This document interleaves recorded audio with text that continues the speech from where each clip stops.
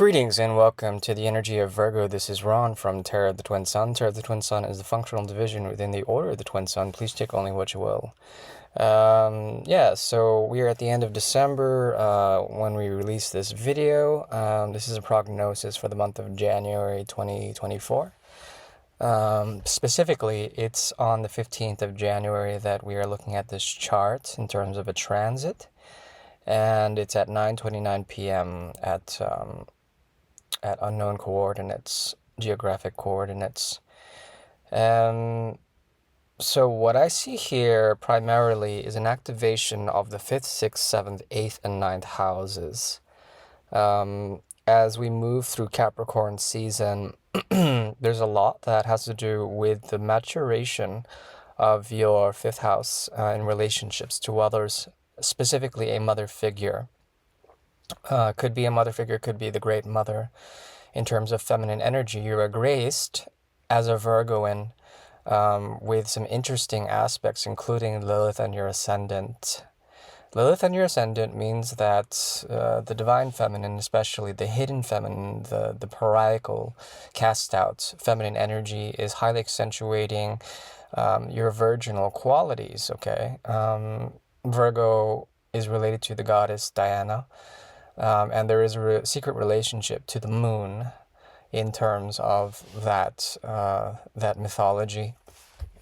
And currently the moon is conjunct Neptune, very close to Neptune, not nearly enough to be conjunct, but close enough in Pisces. And this activates a lot of emotional relationships that you can relate to. The thing is that the way you might react to it is by showing the true feminine prowess, true wisdom in terms of feminine intuition, and understanding more of the sociological representations that you might physically or metaphysically embody at this time. In this respect, you are a healer, and the energy of your 7th house, which is naturally in Pisces, is activating very interesting structural relationships that help your significant or significant others in terms of their own emotional stability, and you become rewarded in this respect. The idea here is to take your own inner world and preserve that in some sort of way, to purify it, to take the values as well as Mercury, to take your voice and to make it known through independence and through truth. That's Sagittarius and Capricorn, the 5th house, and align them with your actions. So Mercury, Venus, and Mars are in your 4th and 5th houses, causing you trouble in terms of a relationship to a mother. However, as the solar energy of Capricorn comes through, then there is some healing energy between the great father of the zodiac, Sun in Capricorn, and the mother, Moon in Pisces, okay? And then there's this benefic aspect here that allows for a great deal of healing to occur.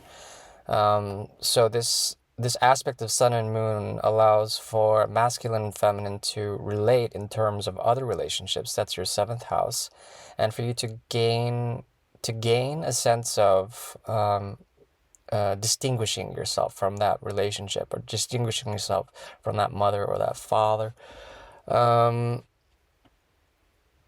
Let's see here. There also is a lesson that can be had with structuring Jupiter in the 9th house in Capricorn. Now, Jupiter in Capricorn is not the very best of placements. Jupiter in Taurus. Jupiter in Taurus is not the very best in placements. However, the Hierophant's energy gets accentuated here in the 9th house. That means that your relation to foreign affairs as well as higher education systems will be highly activated, allowing you to perfect an investment overseas, or perfect an investment in terms of higher education or perhaps even book learning. Taurus is ruled by Venus, so the lesson here would be to take the gift of Venus 1, 2, 3, 4, 5, 6, 7, 8 houses away, which has to do with some sort of transformation, inner transformation that you go through, that actually promotes a sense of distinguishing yourself from other women or other people around you.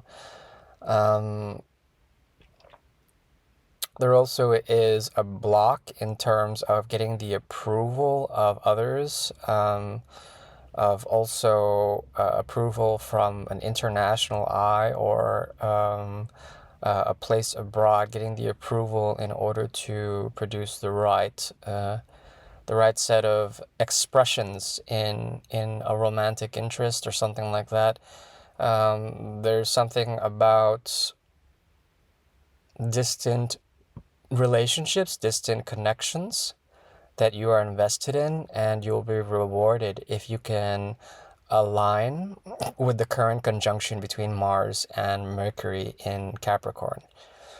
Now, with Mars and Mercury in Capricorn, Mars gets exalted in Capricorn. I would say it gets a lot of viv, a lot of gusto and pushing forward in terms of doing the right action and producing the right artha, which is basically grounding energy in action. And you will be rewarded by a superior in terms of that. Look for gurus, look for people who can teach you in realms of chaos or in realms of the intellect, the advancement of intellect and higher learning, and foreign tongues and foreign places, foreign investments. Excuse me. Now, in terms of the dragon placements, dragon's head and tail, north node, south node, you're getting an activation, not heavily aspected, but in the opposition of Libra in your second and Aries in your eighth. Which means that there will be coming to light a sense of independence through your relationships and a grounding through your relationships by understanding the karmic implications that are there. Mostly I see here 5, 6, 7, 8, 9, 5, 1, 2, 3, 4, 5, 6, 7, 8, 9, 10.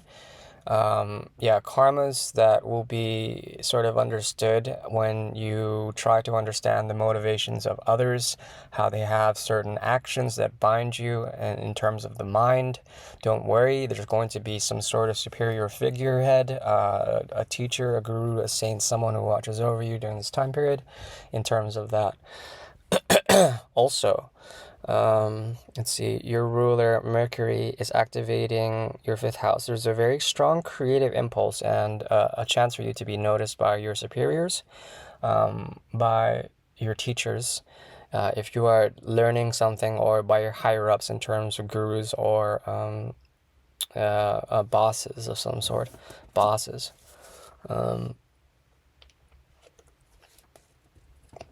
Now is the time to invest in disorder, or perhaps trying to reinvest into something that didn't seem investable in the first place, if that's a word, investable.